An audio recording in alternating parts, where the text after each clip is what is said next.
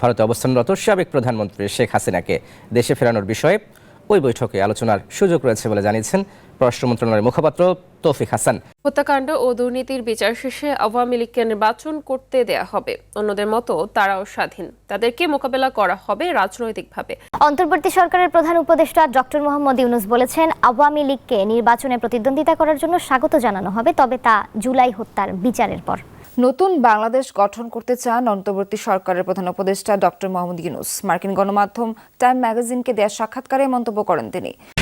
সশস্ত্র বাহিনী দিবসের আয়োজনে খালেদা জিয়ার পাশে বসলেন ডক্টর ইউনূস। অসুস্থতা সত্ত্বেও যোগ দেয় বিএনপি চেয়ারপারসনের প্রতি কৃতজ্ঞতা।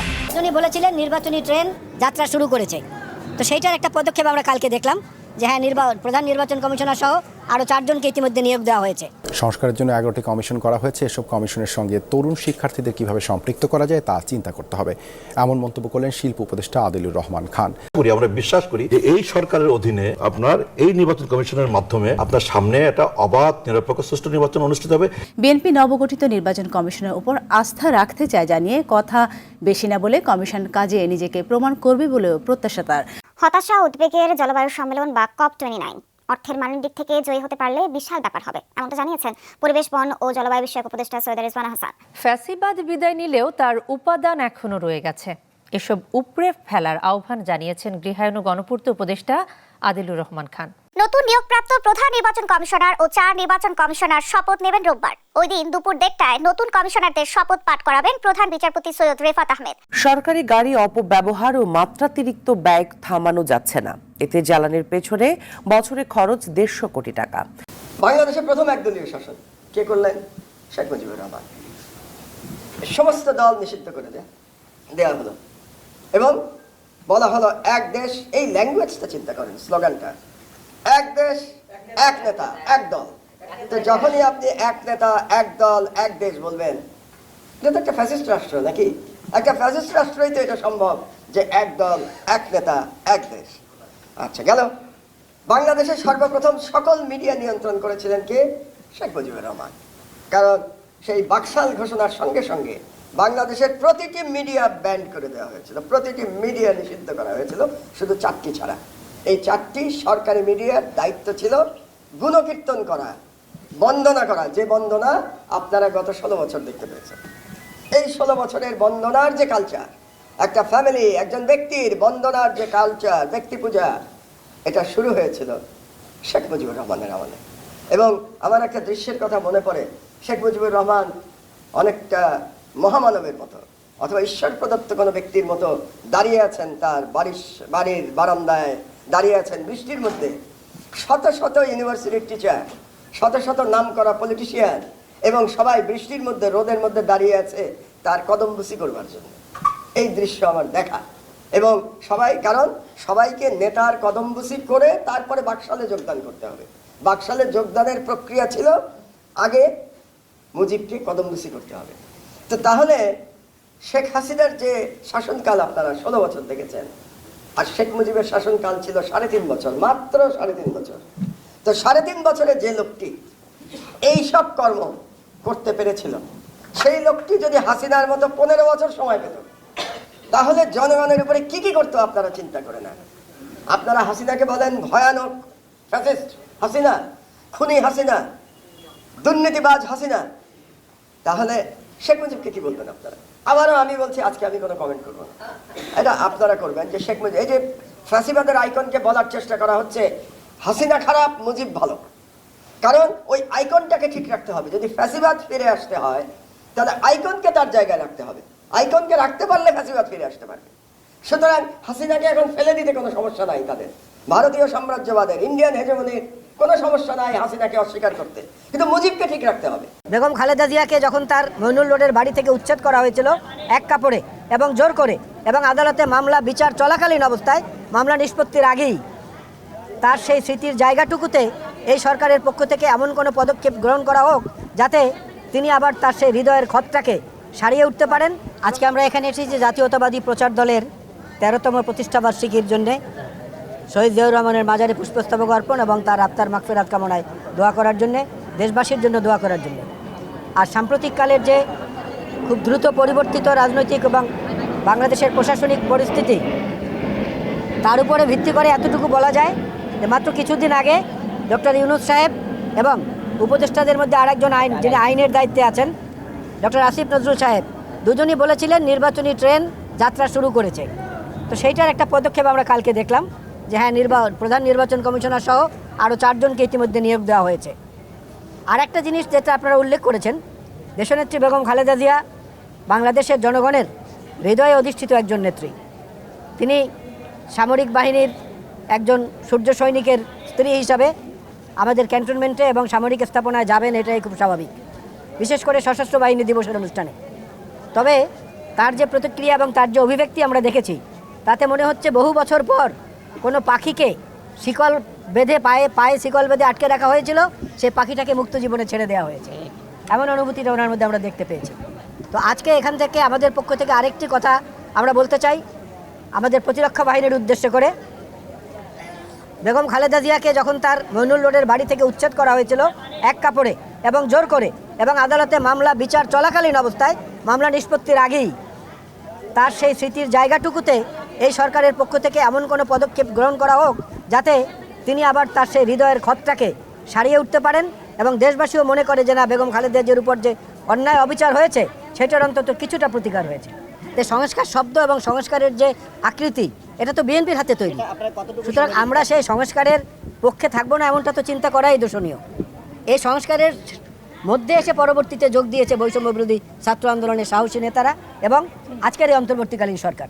সুতরাং লক্ষ্য তো সবার এক, কিন্তু অন্তহীন সময় তো সেজন্য সংস্কারের জন্য নেওয়া উচিত হবে না।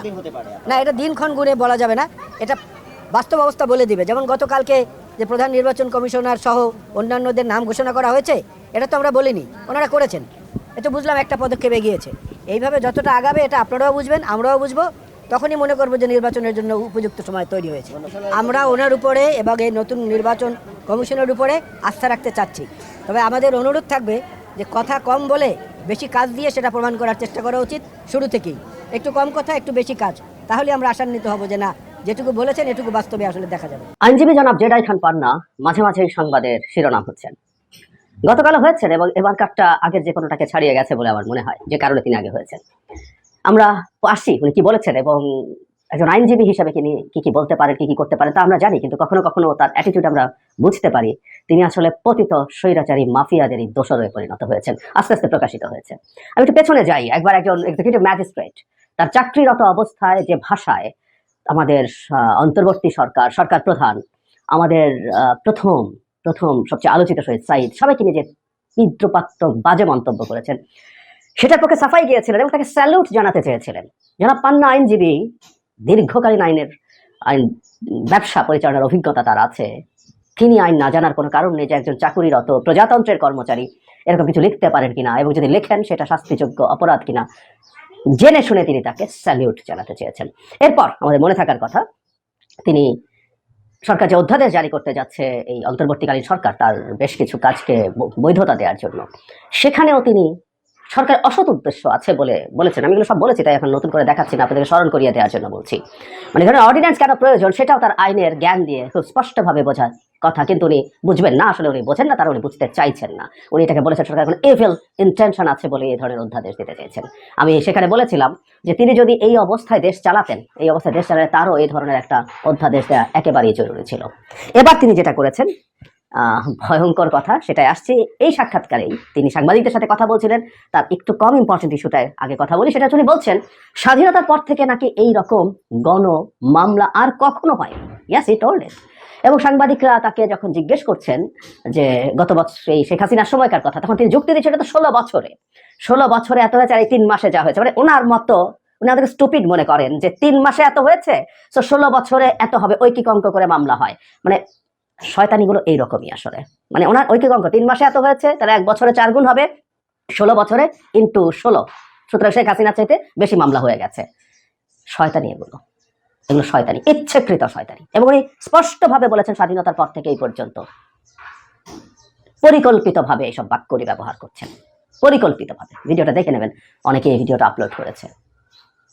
শেখ হাসিনার 16 বছরে কি হয়েছে, কেমন মামলা হয়েছে, কিভাবে হয়েছে, কখন হয়েছে, স্পেসিফিক একরকম 2-3 মাস সময় বের করা যাবে যে সময়ে 1000 গুণ বেশি মামলা হয়েছে, 1000 গুণ বেশি মানুষের বিরুদ্ধে মামলা হয়েছে। আমরা এটার সাথে একমত, যেভাবে মামলা হচ্ছে, যেভাবে গণমামলা হচ্ছে, যেভাবে সবাইকে ঢালাওভাবে মামলায় ইনক্লুড করা হচ্ছে, সংখ্যাটা অনেক বেশি হচ্ছে, কিছু কিছু ক্ষেত্রে মামলা বাণিজ্য হচ্ছে, মামলার ওখানে ঢুকিয়ে দিয়ে মামলার নাম বের করা, এগুলো সমালোচনা থাকতে পারে। কিন্তু স্বাধীনতার পর এত মামলার কখনো হয়নি কোন একটা স্পেসিফিক সময়ে। এগুলো শয়তানি, পরিকল্পিত শয়তানি। এই ভদ্রলোক শয়তানি করছেন। আমি শব্দগুলো জেনে শুনে ব্যবহার করছি, এটা শব্দ ব্যবহার করতে চাই না, কিন্তু আমি ওনার অ্যাটিটিউডে উনি শেখ হাসিনার পক্ষে আইনে মামলায় দাঁড়াতে চান। ধরুন আমি যদি একজন লয়ার হতাম, নামী লয়ার হতাম, আমি খুব চাইতাম তার বিরুদ্ধে দাঁড়াতে, তার বিরুদ্ধে দাঁড়িয়ে তার অপরাধ প্রমাণের চেষ্টা করতাম, তার পক্ষে দাঁড়াতাম। প্রশ্নই আসে না, আমি দাঁড়াতাম না। এটা আমার নিজস্ব একটা চিন্তা, একটা এথিক্যাল চিন্তা। It's not illegal. সো কেউ একজন শেখ হাসিনার পক্ষে দাঁড়াবেন, হুইচ ইজ ভেরি ইম্পর্টেন্ট, দাঁড়াতে হবে। আমরা যে জুডিশিয়াল সিস্টেমে কাজ করি, সেখানে একজন অভিযুক্তর বিরুদ্ধে, তিনি প্রমাণিত হওয়ার আগ পর্যন্ত অভিযুক্তর বিরুদ্ধে যে কেউ আইনি লড়াই চালাতে পারে, আইনি লড়াই চালাতে পারা উচিত। আমি এটারও সমালোচনা করেছিলাম, আপনাদের মনে থাকার কথা, যখন সালমান এফ রহমান এবং আনিসুল হককে আদালতে উপস্থাপন করা হয়েছিল, তখন তার আইনজীবীদেরকে বাধা দিয়ে তাদের পক্ষে দাঁড়াতে দেওয়া হয়নি। এমনকি এই অভিযুক্ত আওয়ামী লীগের লোকজনের পক্ষে যারা দাঁড়াচ্ছেন আদালতে, তাদের অনেকে হেনস্থার শিকার বিভিন্ন সময় হয়েছেন। আমি স্ট্রংলি সেটা কনডেম করি। সো যারা পান না, দাঁড়াতে পারেন, কোনো সমস্যা নাই। এটা তার ইচ্ছা, তার চয়েস, ইটস নট ইললিগাল। আমার বিবেচনা এটা আনএথিক্যাল, উনি সেটা ওনার ব্যাপার, ওনার সিদ্ধান্ত।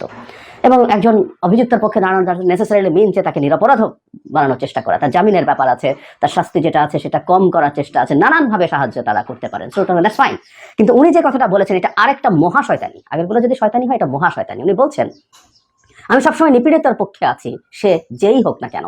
শেখ হাসিনা রাজনৈতিক নিপীড়নের শিকার হচ্ছেন, নিপীড়িতের পক্ষে আমিও আছি।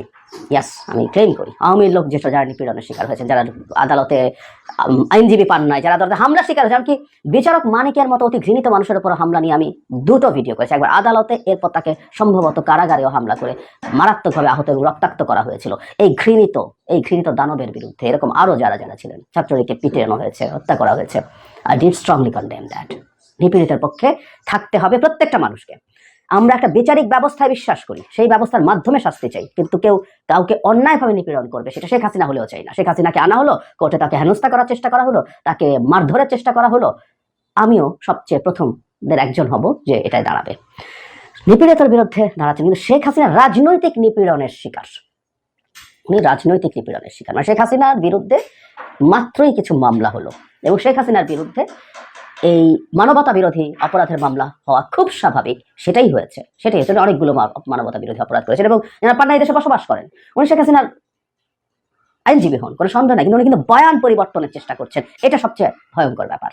উনি ওদের হয়ে এভাবে কাজ করছেন। উনি স্বাধীনতার পর আজ পর্যন্ত এত মামলা কখনো হয় নাই, এবং উনি শেখ হাসিনার রাজনৈতিক নিপীড়নের শিকার। আমরা খেয়াল করবো ভারতের যে ন্যারেটিভ, ঠিক সেই ন্যারেটিভগুলো কয়েকদিন পর আমি ধারণা করি এই পান্নার মুখ দিয়ে বেরোবে। একটা নির্বাচিত সরকারকে উৎখাত করা হয়েছে। আমরা ওই যে ভারত প্রবাসী এক ভারত আজ সকালে যে ভিডিও দিয়েছে, নির্বাচিত সরকারকে উৎখাত, শেখ হাসিনা নিজের মুখে বলেন, ভারতেও মিডিয়াতে এই একই কথা বলেছে, একটা নির্বাচিত গণতান্ত্রিক সরকারকে উৎখাত করে একটা অবৈধ সরকার হয়েছে। এই সরকারকে অবৈধ রিসে তিনি দুদিন পর বলতে শুরু করবেন, এটা অসাংবিধানিক, অবৈধ ইত্যাদি ইত্যাদি, despite having the reference from the appellate division of the supreme court উনি বলবেন, ধারণা করছি আমরা। সুতরাং এই ভদ্রলোকের বক্তব্য নিয়ে আমরা সতর্ক থাকবো। তার এই কথাগুলো এই বাংলাতে, হ্যাঁ, এটা আরো খুব ফানি ব্যাপার। উনি বলছেন উনি গণমাধ্যমের কোনো স্বাধীনতা আছে বলে মনে করেন না। উনি আশঙ্কা প্রকাশ করেন যে তার এই বক্তব্য রাখা যাবে কিনা। না, উনি এই বক্তব্য দিচ্ছেন, দাঁড়িয়ে দিচ্ছেন। বাংলাদেশ এখন এতটাই স্বাধীন, উনি শেখ হাসিনার নিপীড়নের শিকার বলে বলতে পারছেন। তিনি বাংলাদেশে এই সরকারের আমলে অকল্পনীয় রকম মামলা হচ্ছে, স্বাধীনতার পর এত হয় নাই। এবং উনি যিনি ডক্টর ইউনূসকে যা তা অপমান করে তাকে স্যালুট দিতে চান। চিনতে পারছেন তো এই বাংলাদেশ, শেখ হাসিনা বাংলাদেশের কত আলাদা। আপনারা চিনবেন না, কারণ আমার প্রথম যতটুকু বেনিফিট অফ ডাউট তাকে দেওয়ার চিন্তা আমরা করবো। আস্তে আস্তে বুঝতে পারছি তার নিজের এজেন্ডা আছে, এবং এই লোককে আমাদের সতর্কভাবে খেয়াল রাখা দরকার। আওয়ামী লীগকে পাল্টা জবাব দিতে বললেন উপদেষ্টা ফারুকী। সংস্কৃত উপদেষ্টা ও টলিউডের জনপ্রিয় নির্মাতা মোস্তফা সরোয়ার ফারুকী বলেছেন, আওয়ামী লীগ ক্ষমা চায়নি, তাদের পাল্টা জবাব দিতে হবে। মন্ত্রণালয়ে দিন কাজের বাইরে দেশব্যাপী প্রতিভাব সন্ধান, তরুণদের জন্য তারুণ্যের উৎসব সহ 7টি অগ্রাধিকার কার্যক্রম ঘোষণা করেছেন সাংস্কৃতিক উপদেষ্টা। বৃহস্পতিবার 21 নভেম্বর সচিবালয়ের নিজ দপ্তর আয়োজিত আয়োজিত এক সংবাদ সম্মেলনে অগ্রাধিকারের তালিকা তুলে ধরেন তিনি। একই সময় তিনি জুলাই আগস্টের অভ্যুত্থান নিয়েও কথা বলেন। 7টি কার্যক্রমের মধ্যে রয়েছে রিমেম্বারিং রেভলিউশন, তারুণ্যের উৎসব, দেশব্যাপী প্রতিভা সন্ধান, ডিজিটাল ওয়াল হিট প্রকল্প ও বাংলা একাডেমি সৃজনশীল লেখালেখি কর্মশালা ও গবেষণা প্রকল্প, জাতীয় জাদুঘরের আধুনিক ভিত্তি ও পদক্ষেপ ব্যবস্থা স্থাপন এবং শো ক্রিকেটার ওয়ার্কশপ। সাংস্কৃতিক মন্ত্রণালয়ের অতিথি সচিব নাফরিজা শামা প্রথমে 7টি অগ্রাধিকার কার্যক্রমের বিষয়টি তুলে ধরেন। লিখিত বক্তব্যে তিনি বলেন, বাংলাদেশের তরুণদের মধ্যে নতুন উদযাপন এবং নবরত্ন সৃষ্টি করবে রিমেম্বারিং রেভলিউশন। এই কর্মসূচি অংশ হিসাবে বাংলাদেশের 8 জন শীর্ষ নির্মাতার মাধ্যমে 8টি বিভাগের 8টি ভিজুয়াল কন্টেন্ট তৈরির কর্মশালা আয়োজন করা হবে। কর্মশালার আউটপুট হিসাবে 8টি মাঝামাঝি দৈর্ঘ্যের ভিজুয়াল কন্টেন্ট তৈরি করা, এছাড়াও 8টি নতুন থিয়েটার প্রোডাকশন তৈরি করা হবে। দেশের তরুণদের কাছে জনপ্রিয় শীর্ষস্থানীয় শিল্পীদের নিয়ে নজরুল গানের একটি অ্যালবাম তৈরি করা হবে এবং এর প্রকাশনা উপলক্ষে ঢাকা কেন্দ্রীয়ভাবে একটি কনসার্ট আয়োজন করা হবে। এই কনসার্টটি সারা দেশে সম্প্রচার করা হবে। তাছাড়াও ফটোগ্রাফি, পেন্টিং এবং কার্টুন প্রদর্শনীও করা হবে। প্রতিবেশী সবার সঙ্গে বন্ধুত্ব করো, কারো সঙ্গে শত্রুতা নয়, জামায়াতের আমির। সবার সঙ্গে বন্ধুত্ব, কারো সঙ্গে শত্রুতা নয় নীতি অনুসরণের মাধ্যমে ভারত সহ প্রতিবেশী সকল রাষ্ট্রের সঙ্গে জামায়াত ইসলামী সম্পর্ক বজায় রাখতে চায় বলে জানিয়েছেন দলটির আমির ডক্টর শফিকুর রহমান। শুক্রবার 22শে নভেম্বর আনন্দবাজার পত্রিকাকে দেওয়া এক সাক্ষাৎকারে তিনি এই কথা বলেন। জামায়াত ইসলামীর ভারত বিরোধিতা প্রশ্নের জবাবে ডক্টর শফিকুর রহমান বলেন, সম্পূর্ণ স্বীকার করছি এই ধারণা ভিত্তিহীন, উদ্দেশ্য প্রণোদিতভাবে আমাদের নিশানা করে এই মতবাদ ছড়ানো হয়েছে যাতে জামায়াতের রাজনীতি মিথ্যা ব্যাখ্যা ও বিভ্রান্ত তৈরি হয়। এমন মর্যাদা এবং সম্মানের ভিত্তিতে আমরা ভারত সহ সমস্ত প্রতিবেশী রাষ্ট্রের সঙ্গে সম্পর্ক বজায় রাখতে চাই। আমাদের আন্তর্জাতিক নীতি সবার সঙ্গে বন্ধুত্ব, কারো সঙ্গে শত্রুতা নয়। তাই ভারতও একই রকম সারাদিক পারফরমেন্স, বিশ্বাস এবং সর্বস্থানে ভিত্তিতে জামায়াত ইসলামীকে দেখা হয় কঠোর ইসলামী সংস্থা হিসাবে, কিন্তু নিজেদের সংগঠনকে আপনি কিভাবে দেখেন? জবাবে জামায়াতের আমির বলেন, আবারও আপনি ধরেন নিচ্ছেন আর জামায়াত ইসলামী কঠোরপন্থী মুসলিম সংগঠন। এটা একেবারেই সত্য। জামায়াতের একটি আধুনিক উদাহরণ এবং গণতান্ত্রিক দল যার ভিত্তি ইসলামিক আদর্শ।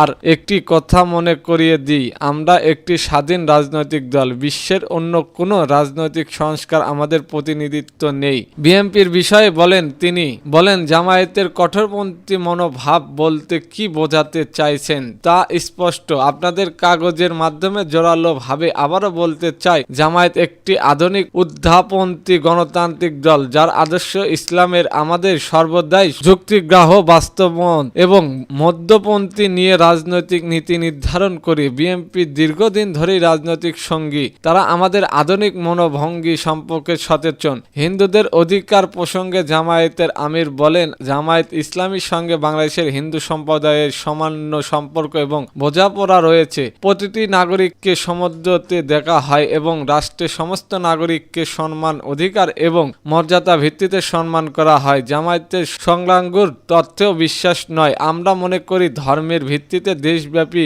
বিভাজন অপরাধ। হিন্দু বা অন্য কোনো সম্প্রদায়ের বিরুদ্ধে হিংসার ইতিহাস জামায়াতের নেই, বরং বিভিন্ন সময়ে জামায়াতের ইসলামের বিভিন্ন বিষয় নিয়ে হিন্দু নেতাদের সঙ্গে আলোচনা করেছেন। জামায়াতের সরকার আসলে ভারত বাংলাদেশকে সম্পর্ক প্রভাব পড়তে কি না প্রশ্নের জবাবে তিনি বলেন, আমার মনে হয় না পুরো আওয়ামী লীগ জামায়াতের সঙ্গে ভারতের নিশ্চয়ই ঘনিষ্ঠ দ্বিপাক্ষিক সম্পর্ক ছিল। আমরা সবাই জানি ওই সম্পর্কের কারণে কি স্বার্থ ছিল, তবে নিজেদের কথা বলতে পারি। আমরা চাই ভারতের সঙ্গে ঘনিষ্ঠ সম্পর্ক তৈরি করতে, তবে তা হতে হবে পারসাময়িক সম্মান এবং সমতার মাধ্যমে প্রদর্শনীর সঙ্গে কার্যকরী এবং বাস্তব চিত্র সম্পর্কে উভয় রাষ্ট্রের পক্ষেই সুবিধাজনক। সরকার এলেই সেটাই করতে চাইব। অন্তর্বর্তীকালীন সরকার এবং জামায়াত মিলেমিশে আওয়ামী লীগের পর বিএনপিকেও সরিয়ে দিতে চাইছে এমন প্রশ্নের জবাবে ডক্টর শফিকুর রহমান বলেন, সবই নিয়ে বলতে চাই এই সত্ত্বে কোনো ভিডিও নেই। আওয়ামী লীগের প্রতি জনতার সমালোচিত ঘৃণা তৈরি হয়েছে। দুর্নীতি এবং ফ্যাসিবাদ দুর্নীতির কারণে তারা নিজেরাই নিজেদের পতন ডেকে এনেছে। কোনো সংগঠন বা দলকে সরানোর জন্য আমাদের কোনো ভূমিকা পালনের প্রয়োজন নেই। মানুষ সব জানেন। তাদের সমালোচিত প্রজ্ঞাকে আমরা সম্মান করি। এইটুকুই বলতে পারি, কোনো রাজনৈতিক দলকে খারিজ করা বা সরিয়ে দেওয়ার কোনো ইচ্ছা আমাদের নেই। এতক্ষণ আমাদের সাথে থাকার জন্য ধন্যবাদ।